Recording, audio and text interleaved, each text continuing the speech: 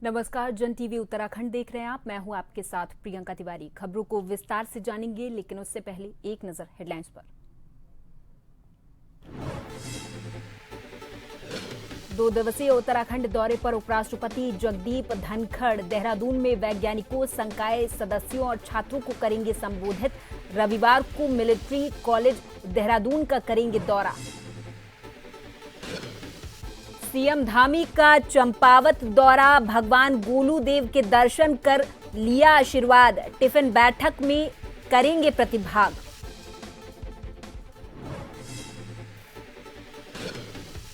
केदारनाथ से एयरलिफ्ट किया जा रहा हेलीकॉप्टर गिराना पड़ा। रिपेयरिंग के लिए ले जा रहे थे, हवा में बैलेंस बिगड़ा तो पायलट ने सुरक्षित जगह ड्रॉप किया। उत्तराखंड में चर्चित अंकिता भंडारी हत्याकांड मामले में सुनवाई। आरोपी सौरभ भास्कर की जमानत याचिका खारिज। फॉरेंसिक जांच में घटनास्थल पर मिली थी लोकेशन। और उत्तराखंड में आपदा के बाद नुकसान और पुनर्निर्माण का निरीक्षण। मसूरी में मंत्री गणेश जोशी ने बारिश से हुए नुकसान का लिया जायजा।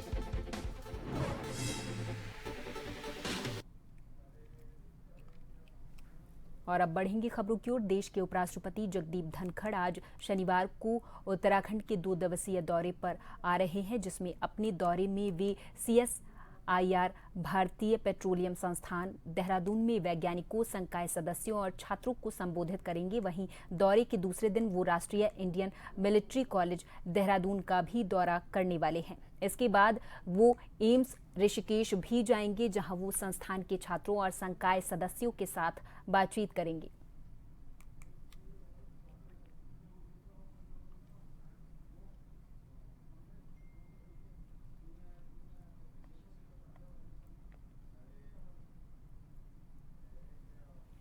इधर मुख्यमंत्री पुष्कर सिंह धामी अपनी विधानसभा चंपावत गोलजू मंदिर पहुंचे, जहां भगवान गोलू देव के दर्शन कर उनका आशीर्वाद प्राप्त किया है। इस दौरान भाजपा कार्यकर्ताओं के साथ संवाद को टिफिन बैठक कार्यक्रम में प्रतिभाग भी करेंगे।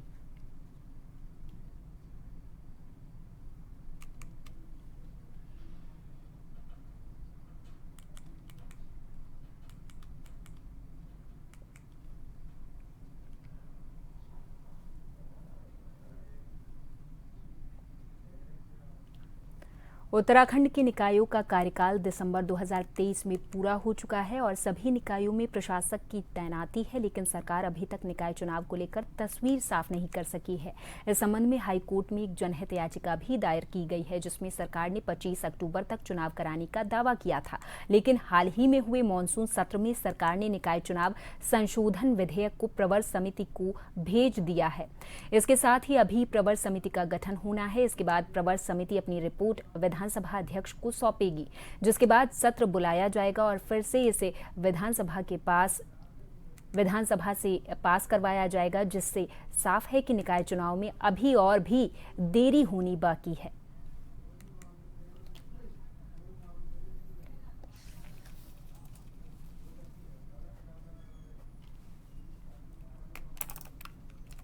नहीं, आपको मैं ये जानकारी दे रहा हूँ, नगर पालिका विधेयक पास हो गया। नगर निगम का जो विधेयक आया उसको प्रवर समिति को सौंपने का निर्णय हुआ, लेकिन एक प्रस्ताव मेरे द्वारा शहरी विकास मंत्री के नाते एक प्रस्ताव सदन में ये दिया गया कि जो प्रवर समिति की सिफारिशें होंगी वो नगर पालिका, नगर निगम, नगर पंचायतों में भी उसको हम लागू करने का प्रयास करें। निश्चित तौर पर भारतीय जनता पार्टी की मंशा चुनाव कराने की नहीं है। कांग्रेस पहले दिन से कहती आ रही है कि अपने हार के डर के मारे चुनाव को टालना चाहती है। इनके मंत्री प्रेमचंद अग्रवाल जी ने बोला था कि हम चुनाव समय पे कराएंगे, लेकिन समय गुजर गया। पिछले साल दिसंबर में चुनाव होने थे, लेकिन उन्होंने चुनाव नहीं कराया। 6 महीने का इन्होंने कार्यकाल बढ़ाकर प्रशासक उसमें बैठा दिया। फिर उन्होंने कोर्ट को गुमराह किया कि हम 6 महीने के अंदर चुनाव करा देंगे, लेकिन उन्होंने तब भी चुनाव नहीं कराया। इन्होंने 3 महीने का समय बढ़ा दिया। लेकिन आज इनके विधायकों ने वहां पे जो आपत्ति दर्ज करी है ओबीसी आरक्षण के मुद्दे पर, तो हमारा स्पष्ट रूप से कहना है कि सरकार को पहले विधायकों से भी राय ले लेनी चाहिए, जनप्रतिनिधियों से भी पूछ लेना चाहिए था कि किस क्षेत्र में कितने ओबीसी हैं, कितने अन्य कास्ट के लोग हैं, जब आरक्षण तय किया जा रहा था। लेकिन अब जो चुनाव कराने की बात आई, सोची समझी साजिश के तहत इस मामले को प्रवर समिति को भेजा गया है। प्रवर समिति में समय लगेगा। भारतीय जनता पार्टी इसका चुनाव नहीं कराना चाहती। ये कोर्ट को भी गुमराह कर रहे हैं, जनता को भी गुमराह कर रहे हैं। देखिए, ये जो है बातें, इसमें हमारी सरकार अभी तक अक्टूबर का ही ध्येय लेकर चल रही है। प्रवर समिति में भी गया है, तो इसका मतलब ये नहीं होता कि प्रवर समिति में जो चली गई है जांचें, उसका नतीजा साल 2 साल बाद ही आए, क्योंकि हमारी सरकार जो भी निर्णय लेती है वो अच्छा लेती है, जल्द लेती है और कोई भी चीजों को ठंडे बस्ते में डालकर नहीं रखती है। इसका प्रत्यक्ष एग्जाम्पल यूसीसी है। आंदोलनकारियों को 10% आरक्षण है, महिलाओं को 30% 36 आरक्षण है, धर्मांतरण कानून है, नकल विरोधी कानून है, दंगा विरोधी एक्ट है। इस प्रकार अनेकों जो कानून है वो हमारी सरकार ने कोई बहुत ठंडे बस्ते में नहीं लाए हैं, उसको त्वरित लागू किया है। उसी तरीके से जो प्रवर समिति के पास गई है जांच, उसके बाद निकल कर आएगा। और अक्टूबर तक जो अब तक लेकर चल रहा है हमारा संगठन, हमारे यशस्वी मुख्यमंत्री, तो हम लोग पूरी तरीके से तैयार हैं। केंद्रीय सड़क परिवहन राज्य मंत्री अजय टम्टा शुक्रवार को चंपावत दौरे पर रहे, जहां उन्होंने लोहाघाट में राजकीय महाविद्यालय के वार्षिकोत्सव समारोह में शिरकत की है। इस दौरान मंत्री टम्टा ने महाविद्यालय की पुस्तक प्रज्ञा का विमोचन भी किया है। इससे पहले महाविद्यालय परिवार ने केंद्रीय मंत्री का जोरदार स्वागत किया था।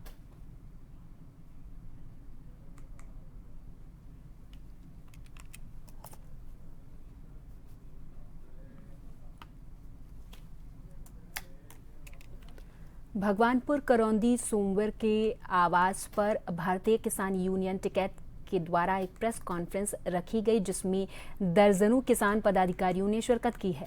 जिला अध्यक्ष विजय शास्त्री ने बताया कि जिले के किसानों पर सरकार के द्वारा स्मार्ट मीटर थोपे जा रहे, उनका किसान विरोध करते हैं। दूसरी ओर जिस तरह से केंद्र सरकार के द्वारा विधायकों का 1,80,000 रुपए बढ़ाया गया है, उसी तर्ज पर किसानों के 6,000 से बढ़ाकर 20,000 रुपए प्रति सालाना किए जाएं। हालांकि किसानों के द्वारा सिडकुल में लोकल की मजदूरों और ग्रेजुएट लड़कों को लगाया जाए, ताकि भगवानपुर क्षेत्र खुशहाल हो पाए।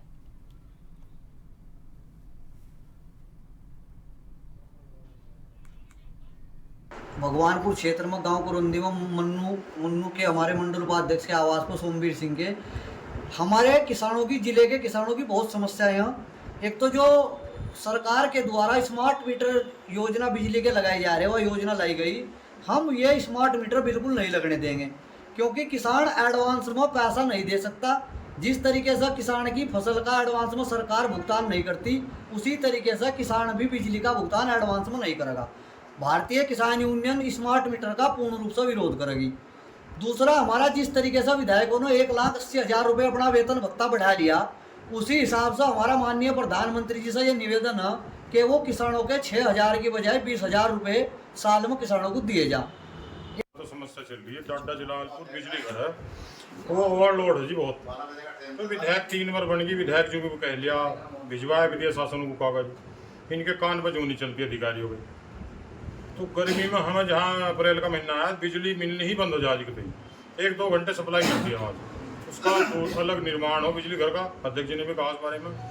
देखिए NH हमारे जो NH वाले हैं, जो हमारे गांव में सहवानी बनी सर्विस रोड और टोलियाँ पूरा ले रहे, ये कई साल हो गए, ये बहुत ही मेन मुद्दा हमारे यहाँ। अच्छा, देखो एक मतलब रोड वाला, एक वो क्या बोल रहे हैं नरेंद्र शर्मा, पता नहीं उन्होंने कहाँ से जुगाड़ करवाया, उसको एकदम उन्होंने वो लगवाए थे अपने ओवर ब्रिज पर। हमारी अध्यक्ष जी की लेटर पैड को भी वो मांग हुई, आज तक कुछ भी नहीं है, कान बजू भी नहीं चलती नहीं।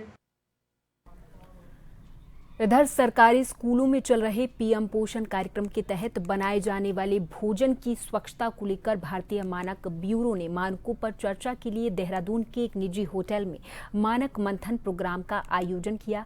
इस दौरान सरकारी स्कूलों में विद्यार्थियों को दिए जा रहे भोजन की गुणवत्ता में सुधार और उसमें पोषक तत्वों की मात्रा को बढ़ाने को लेकर छात्रों और अन्य विशेष अतिथि गणों के साथ चर्चा हुई है।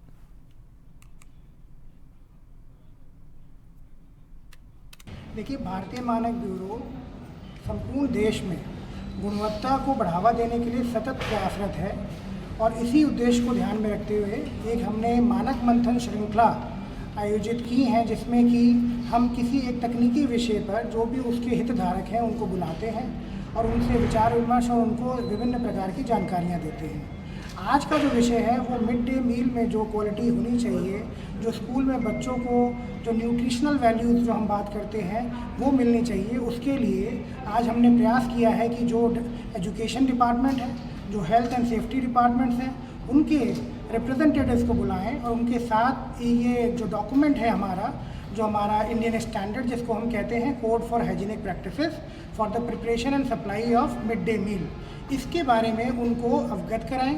आज का जो कार्यक्रम है भारतीय मानक ब्यूरो, शिक्षा विभाग और खाद्य सुरक्षा औषधि प्रशासन, हम तीनों का जॉइंट एफर्ट से ये एक इवेंट फॉर्मेट में आया है और इस इवेंट में एजुकेशन डिपार्टमेंट के जितने भी ऐसे स्कूल्स हैं जहाँ मिड डे मील सर्व किया जाता है, उनके प्रिंसिपल्स, भोजन माताएं और एफडीए के ऑफिशियल्स हैं और बीआईएस के जो स्टैंडर्ड मेकिंग बॉडी है उनके ऑफिसर्स के पार्टिसिपेट कर रहे हैं।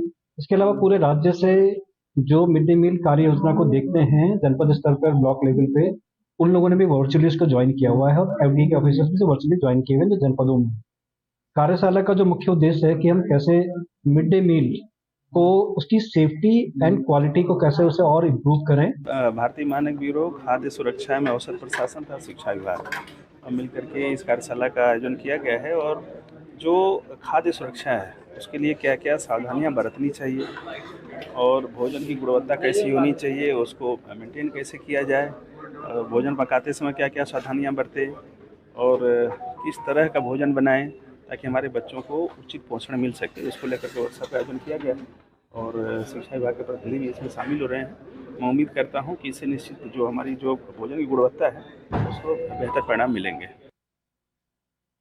बढ़ते महिला अपराधों के खिलाफ लालकुआं, बिंदुखत्ता, हल्दूचौड़ ब्लॉक कांग्रेस कमेटी ने संयुक्त रूप से विरोध प्रदर्शन किया है और भाजपा सरकार का पुतला दहन भी किया है, जिसके बाद कांग्रेस कार्यकर्ताओं ने लालकुआं तहसील पहुंचकर सरकार के खिलाफ नारेबाजी करते हुए राष्ट्रपति के नाम तहसीलदार को ज्ञापन सौंपा है।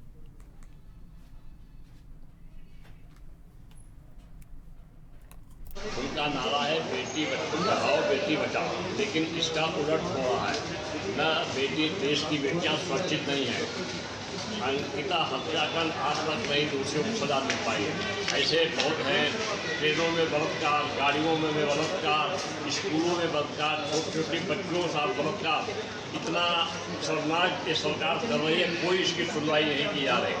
आज हमारी बेटियां और औरतें जो हमारी सियासत उत्पीड़न से इसकी हम लोग मांग कर रहे हैं और जो आज इसका हम लोग ज्ञापन दे रहे हैं और इसका पुतला फूंक रहे हैं कि सरकार जो है उपाय कर रही है, लोगों की, जनता की कोई दर्द नहीं सुन रही है। ये आज जो प्रदर्शन हो रहा है ये महिलाओं के पक्ष में है। महिलाओं को आज सुरक्षा नहीं दे पा रहे हैं। देश के अंदर प्रधानमंत्री जी, राष्ट्रपति महोदय या अपने मुख्यमंत्री जो भी हैं शासन प्रशासन, वो उनको कोई सुरक्षा की गारंटी नहीं दे पा रहे। आज आप देखो, थोड़े दिन पहले यहाँ पर नुसरत जाती उदयपुर में, उसका रेप हुआ। वो एक अस्पताल में नर्स थी, वहाँ पर काम करते थे, रेप हुआ, रेप के बाद उसकी हत्या कर दी गई। ऐसे ही डॉक्टर मोमिना थी, वहाँ पर एक सदन इसमें कोलकाता में, उसका ड्यूटी के दौरान ही रेप करके उसकी हत्या कर दी गई।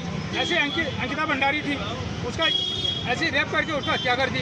अभी शर्ट के अंदर ही भाजपा का नेता फिर एक दुष्कर्म में पकड़ा गया है वो, लेकिन कोई कार्रवाई नहीं होती है। इनके शासन में हो क्या रहा है? एक तरफ कहते हैं बेटी पढ़ाओ और दूसरी तरफ ये महिलाएं कहाँ पर सुरक्षित हैं और महिलाओं को हम नौकरी दे रहे हैं, संसद उसमें ले रहे हैं, कहते कहाँ पर ले रहे हैं ये, उनको सुरक्षा कहाँ दे रहे हैं? उनकी तो हत्या करवा रहे हैं ये लोग।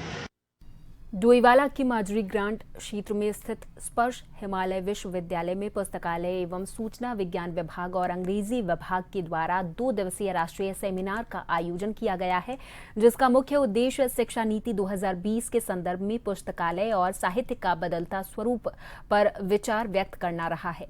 सेमिनार में शिरकत करने सूबे के पूर्व मुख्यमंत्री और पूर्व हरिद्वार सांसद डॉक्टर रमेश पोखरियाल निशंक पहुंचे, जहां उन्होंने छात्र छात्राओं और आमजन के जीवन, पुस्तकालय और साहित्य की महत्ता पर प्रकाश डालते हुए अपने विचार व्यक्त किए हैं।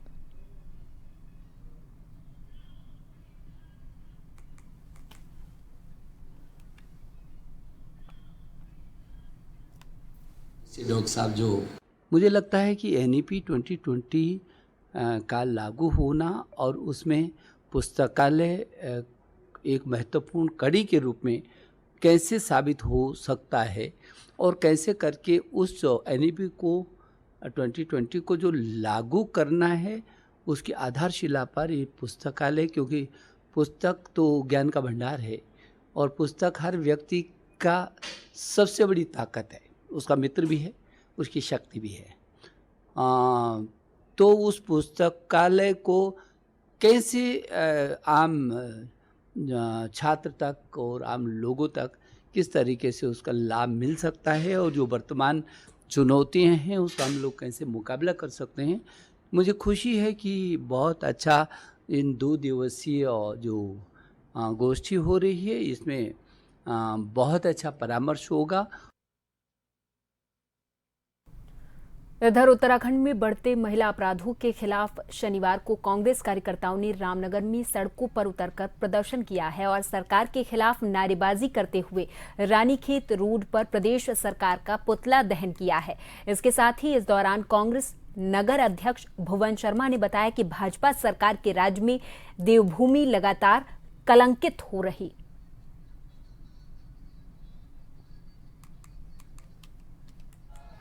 देखिए, हमारा पुतला फूंकने का कारण यह है कि हमारी देवभूमि उत्तराखंड में महिलाओं के प्रति इतना अत्याचार हो रहा है। जैसे कि आपको पता होगा कि अंकिता भंडारी हत्याकांड, हेमा नेगी, पिंकी और जो है दोरहाट में जो है उन महिला के संग अभद्रता करना और जो है मंगलौर में सामूहिक दुष्कर्म करना और इतने नाम हैं कि शायद लोगों को याद भी नहीं है। इतने सारे प्रकरण जो है हमारे उत्तराखंड में भाजपा सरकार में हो रहे हैं। हमने इनके खिलाफ जो है आज ये आंदोलन का ऐलान किया है। अभी हमने सरकार को चेताया है, पुतला दहन करके चेताया है कि अभी भी जाग जाओ, देवभूमि की अस्मिता को दाग ना आने दें। ऐसा करने के लिए अगर उन्होंने फिर भी इस पर सरकार चेती नहीं तो हम और उग्र आंदोलन के लिए तैयार रहेंगे। हमारा ये पूरी कांग्रेस के कार्यकर्ता हैं यहाँ पर और पूरे प्रदेश में इसका हल्ला बोल का कार्यक्रम हो रहा है। रामनगर में शनिवार को कांग्रेस के कार्यकर्ताओं ने उत्तराखंड में महिला उत्पीड़न व महिला हिंसा के मामलों को लेकर प्रदेश सरकार और मुख्यमंत्री पुष्कर सिंह धामी के खिलाफ नारेबाजी प्रदर्शन करते हुए रानीखेत रोड पर सरकार का पुतला दहन किया।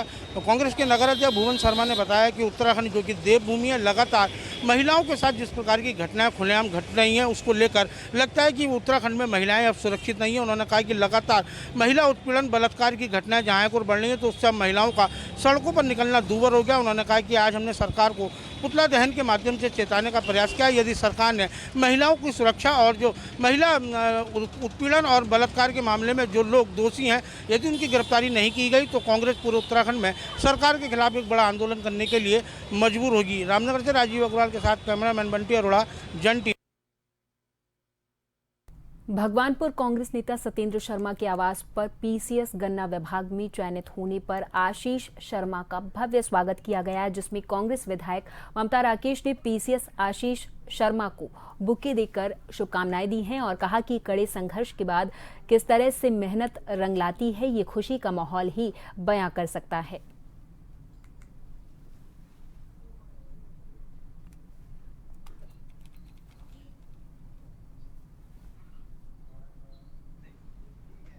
देखिए, आज बहुत ही प्रसन्नता का विषय है कि हमारे रोहाल के दयालपुर से आशीष शर्मा पुत्र राकेश शर्मा का चयन PCS के लिए हुआ है। उन्होंने PCS क्वालिफाई किया है और इन्हें जिला गन्ना अधिकारी के पद के लिए किया गया है।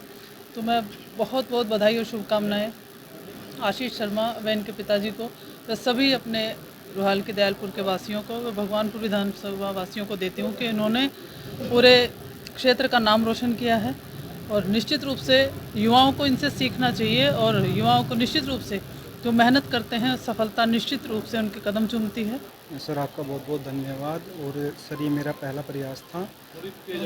सर, मेरा पहला प्रयास था और इसमें सर मुझे काफ़ी समय लग गया। इससे पहले मैंने UP PCS के मेंस और इंटरव्यू भी दिया है, परंतु मैं पूर्णतः सफल नहीं हो पाया था।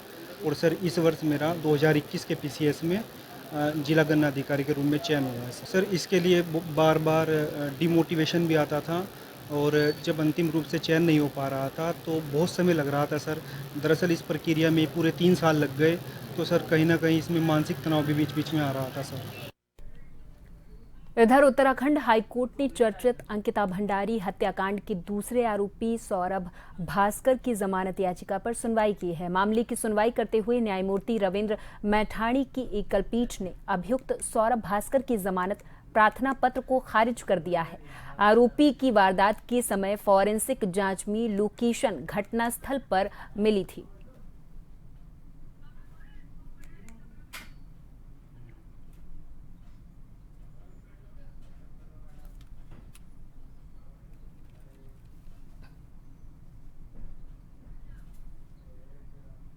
और इसी के साथ इस बुलेटिन में फिलहाल के लिए मेरे साथ बस इतना ही। आप देखते रहें जन टीवी। नमस्कार।